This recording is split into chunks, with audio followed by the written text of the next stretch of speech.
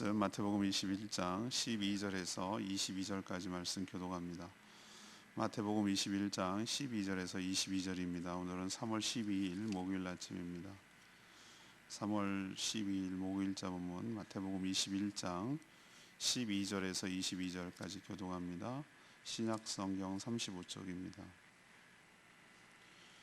예수께서 성전에 들어가사 성전 안에서 매매하는 모든 사람들을 내쫓으시며 돈 바꾸는 사람들의 상과 비둘기 파는 사람들의 의자를 둘러 엎으시고 그들에게 이르시되 기록된 바 내 집은 기도하는 집이라 일컬음을 받으리라 하였거늘 너희는 강도의 소굴을 만드는도다 하시니라.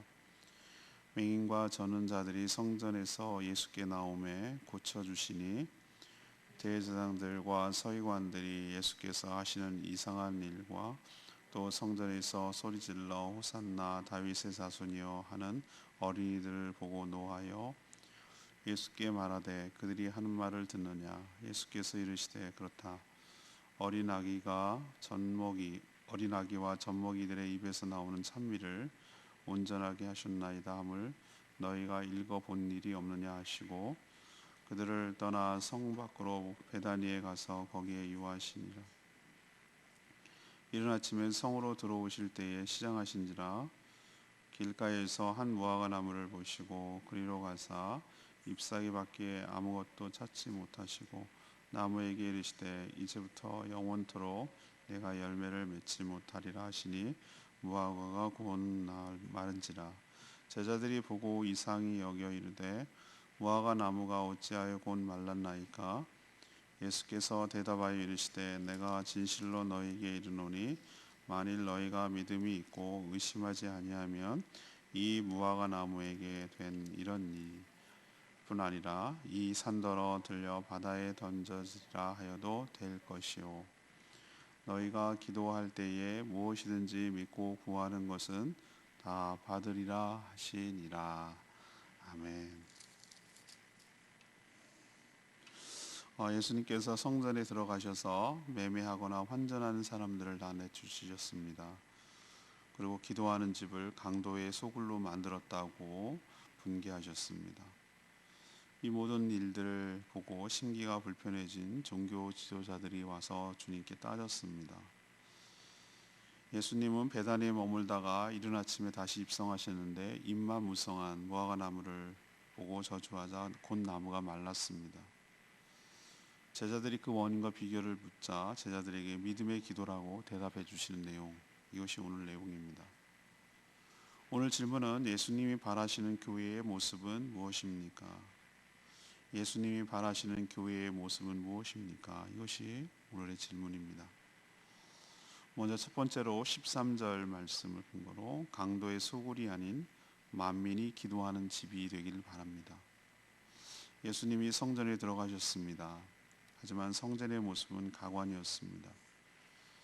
성전 내부는 아니더라도 이방인의 뜰이라고 부르는 외곽 지역에서 제사에 사용될 재물을 파는 상인들, 그리고 세상의 돈을 성전에서만 통용되는 돈으로 환전하는 사람들, 이것으로 붐볐습니다. 시장이 된 것이죠. 마치 그 여행 공항 같은 느낌이었겠죠. 성전 안에 이런 시장이 형성된 것은 그 서로의 필요가 있었기 때문입니다. 모든 시장은 필요에 의해서 생기는 것이죠.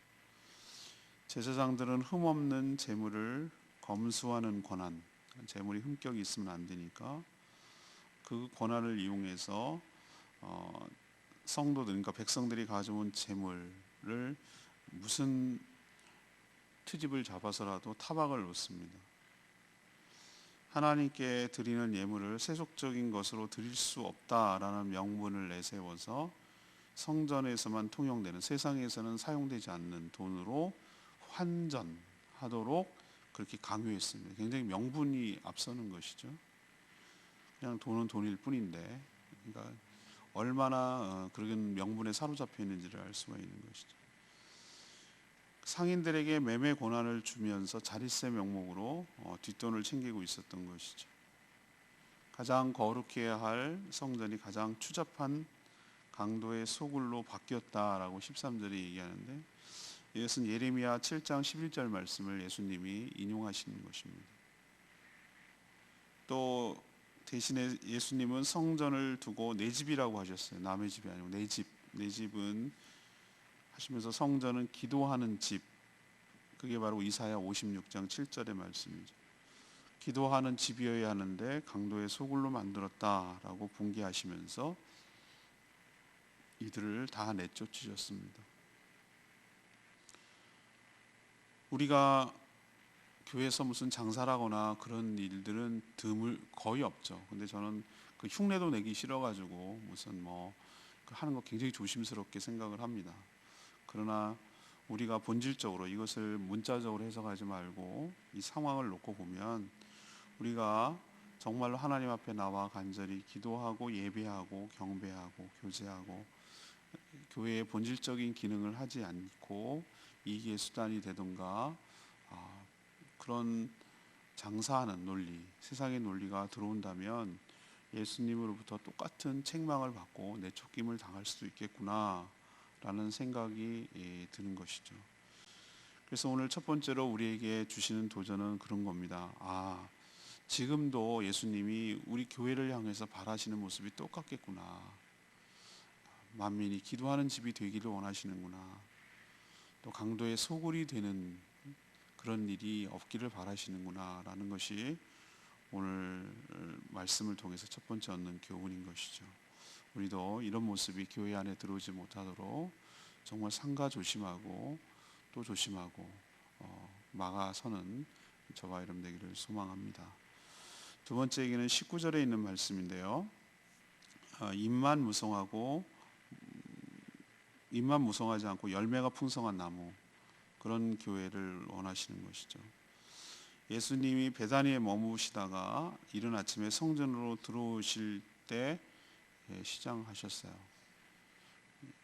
베다니에서 아침을 안 드셨나 봐요. 그래서 길가에 잎만 무성하고 열매를 찾을 수 없는 무화과 나무를 보셨어요. 그리고 이제부터 영원토록 열매를 맺지 못할 것이다 라고 저주를 하자 그 나무가 곧 말랐다라고 기록하고 있습니다. 다른 복음서에는 곧 말랐다 그러지 않고 그 다음 날 말랐다, 그리고 저주는 전날 한 것이고 이렇게 되는데 이 마태복음은 곧 말랐다 이렇게 표현하고 있어요. 하여튼 하루 차이나 바로 마르는 거나 나무가 하루아침에 마를 수는 없기 때문에 아무튼 그때 당시가 이제 6월절이잖아요. 예수님 6월절 어린 양으로 돌아가셨는데 지금 일주일 뒤, 5일 뒤면은 십자가에 처형되는 거거든요. 아직 열매 맺는 시기가 아니에요. 그때 잎을 내기 시작하죠. 그때가 우리로 지금 부활절 근처니까 이제 잎을 내서 오순절쯤 되면 이제 열매가 생겨나는 구조죠. 우리도 무화과 나무가 지금 이제 잎이 피기 시작하고 한참 여름에 우리는 그 7, 8월 달에 열매가 생기잖아요. 근데 그때는 아니란 말이죠, 때가. 근데 왜 저주를 하셨을까? 이게 참 아이러니하고 좀 이해가 안 가는 부분이기도 해요. 정말 그렇게 배가 고프셨을까? 근데 저는 다분히 이런 의도, 이런 제스처, 이런 행위가 중의적, 그러니까 목적을 담은 의도적 행위라고 저는 보는 것이죠. 호세아 9장 10절에 보면 뭐라고 표현되어 있냐면요, 이 호세아 선지자가 하는 얘기예요. 신실하지 못한 이스라엘을 가리켜서 열매 없는 무화과 나무라고 지칭하셨어요. 이스라엘에게 있어서 그 아주 대표적인 그 과실수가 있다면 포도, 무화과, 감람나무, 올리브 이 세 가지거든요. 그래서 이 나무는 그 나라를 상징하는 나무이기도 해요. 그래서 이 나무는 당시 바로 유대교를 상징하는 것이죠. 겉으로 보면은 잎이 있어요. 잎이 무성하기까지 합니다. 성전도 있고 제사도 있고 제사장도 있어요. 그러나 열매가 없어요. 진정한 삶의 열매가 없어요. 잎만 무성해요. 아무런 열매가 없는 구약의 성전 제도는 이제부터 영원토록 끝났다, 이제 열매를 맺지 못한다라는 뜻을 이런 식으로, 이런 행동을 통해서 보여주시는 것은 아닐까라는 생각이 드는 것이죠. 이제는 이런 시대가 끝났어요. 새로운 나무는 잎만 무성한 나무가 아니라 열매가 풍성한 나무일 줄로 압니다. 그래서 우리에게 이것을 적용하면 어떻겠습니까? 우리도 잎만 그냥 무성하고 뭔가 있는 것 같으나 실질적인 삶의 열매가 없다면 주님의 이런 책망을 듣지 않겠습니까? 그래서 주님이 바라시는 교회는 무엇인가? 잎만 무성한 그런 나무가 아니라 정말 풍성한 열매가 가득한 그런 나무가 되기를 소망한다는 거 기억하시고, 저희 교회도 저희 모두도 정말 하나님이 기뻐하실 만한 삶의 열매가 가득한 그런 나무가 되기를 소망합니다. 세 번째는 22절 말씀인데요. 믿음으로 간구할 때 응답받는 공동체를 말합니다. 저도 지금 비유로 얘기하고 있죠. 처음에는 기도하는 집이라고 비유했고요. 두 번째는 열매가 풍성한 나무로 비유했고요. 세 번째는 응답받는 공동체로 비유를 했습니다. 예수님이 저주하자 잎만 무성하고 먹을 것이 없는 그런 열매가 없었던 나무는, 무화과 나무는 말라서 죽었어요. 마가복음은 그 다음날 죽었다고 표현하고 있지만, 제자들은 너무 놀라서 예수님께 어떻게 이렇게 속히 말할 수가 있습니까? 라고 예수님께 물었죠. 무화과 나무가 말랐다는 사실보다 제자들이 의아해하면서 놀라며 물었다는 사실이 저는 더 놀라워요. 그동안 3년 동안 예수님을 따라다니면 충분히 봤을 거라고 생각되는데 여전히 이 비결이 궁금했던 거예요. 이들은 예수님이 이제 십자가에 죽으러 가시는데도 불구하고 여전히 예수님이 누구신지 정확하게 제대로 아직도 믿지 못하고 알지 못하고 있는 것 같습니다. 예수님 뭐라고 대답하셨죠? 믿음이 있고 라고 표현했어요. 믿음이 있고 의심하지 않으면 이런 일뿐만 아니라 산더러 들려 바다에 던지리라 하여도 그대로 될 것이다 라고 하셨어요. 믿음이 있고 의심하지 아니하면. 그러니 22절에 기도할 때 무엇이든지 어떻게 하라고 하셨죠? 믿고 구하는 것은 다 22절에 받으리라 라고 하셨어요.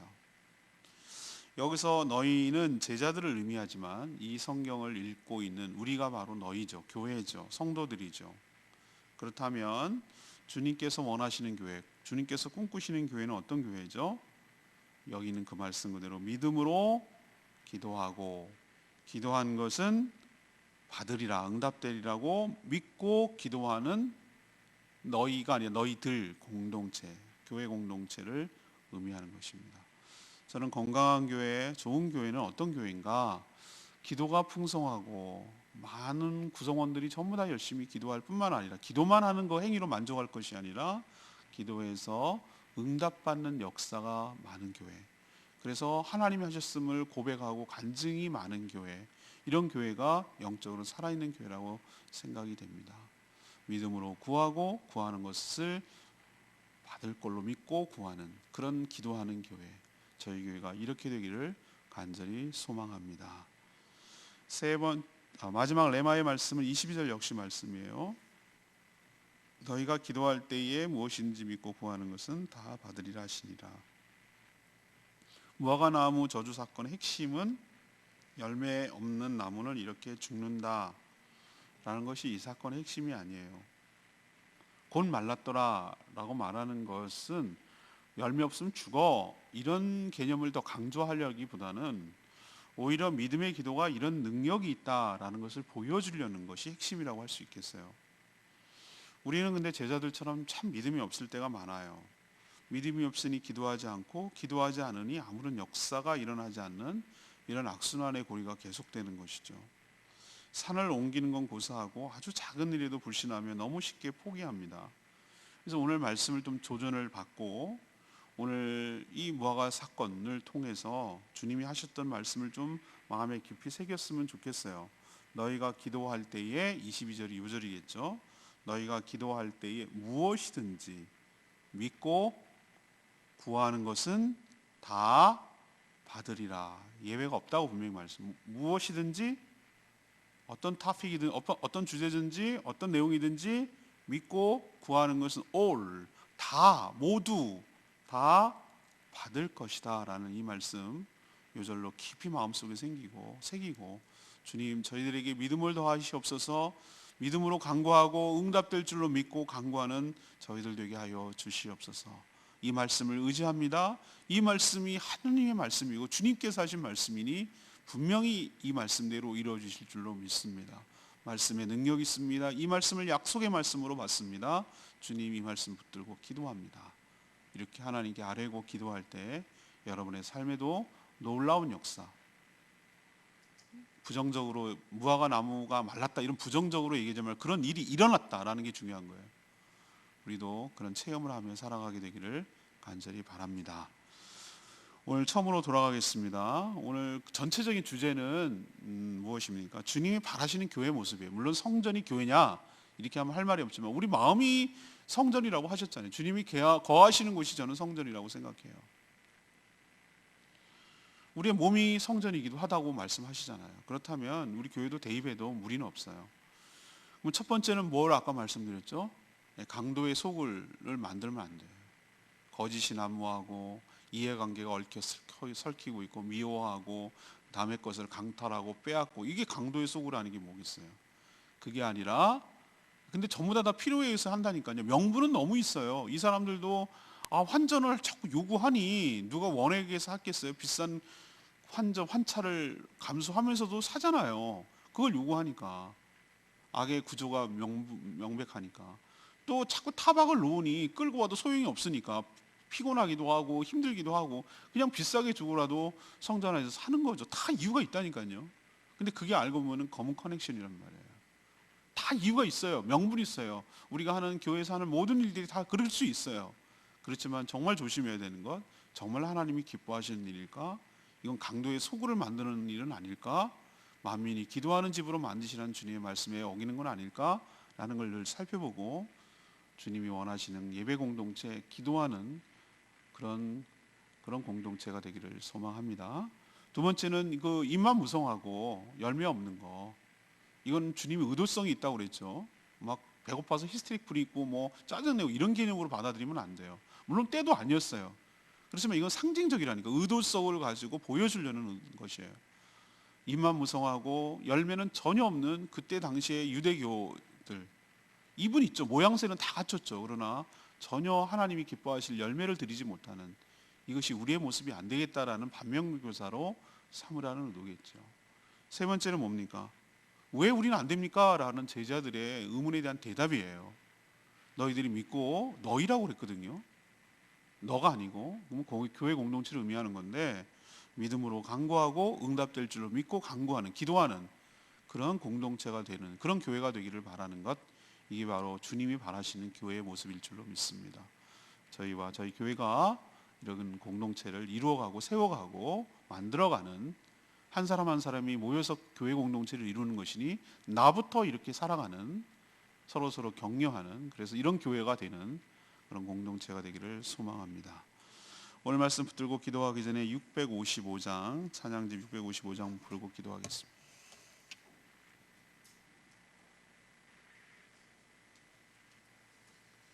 찬양집 655장 우리를 사용하소서 우리에겐 소원이 하나 있네 주님이 원하시는 교회 그런 교회 되기를 소망합니다. 우리에겐 소원이 하나 있네 우리에겐 소원이 하나 있네 주님 다시 오실 그날까지 가슴에 새긴 주의 십자가 사랑 나의 교회는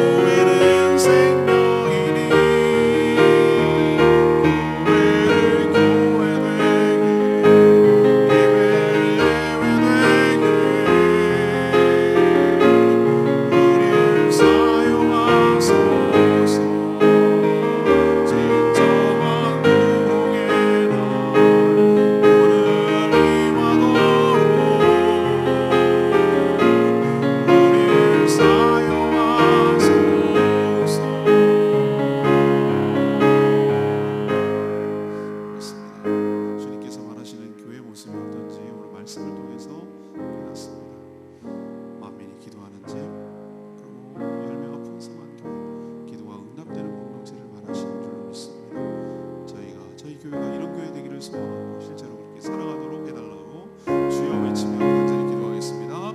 주여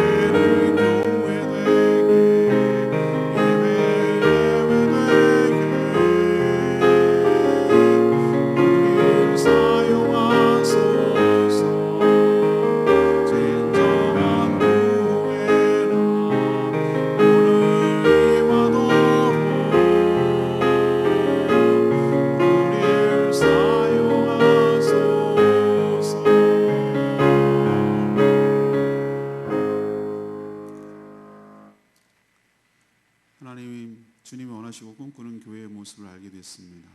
저희도 우리의 편리함을 이유로 강도의 소굴을 만들지 않게 하여 주시고 또 교회의 거룩함을 잃지 않게 하여 주시옵소서. 많은 사람들이 경건하게 기도하는 공간이 공동체가 되게 하여 주시옵소서. 또한 저희 교회가 임만무성하고 아무런 열매 없는 그런 교회가 아니기를 원합니다. 주님의 저주가 아닌 축복이 임하는 교회 되게 하여 주시옵소서. 성령의 열매가 풍성하게 하시고 여러 은사를 통해 영혼권의 열매가 넘쳐나게 하여 주시옵소서. 무엇보다 무엇이든지 믿고 구하는 것은 다 백과됨을 믿고 오는 성도들이 기도에 힘쓰도록 축복하여 주시옵소서. 오늘 마땅히 해야 될 여러 가지 일들을 기쁜 마음으로 잘 감당하기를 원합니다. 간구하는 기도, 오늘 주신 말씀처럼 믿고 구하는 것은 다 받을 것이라고 하신 말씀을 믿고 그 약속 붙들고 간구하고 기도하는 저희 모두가 되게 하여 주시옵소서. 주님께 모든 것 맡겼고 예수 그리스도의 이름으로 축복하며 기도합니다. 아멘. 오늘 하루 주님 은혜 가운데 살기를 축복합니다. 주님의 기도하고 시작하겠습니다.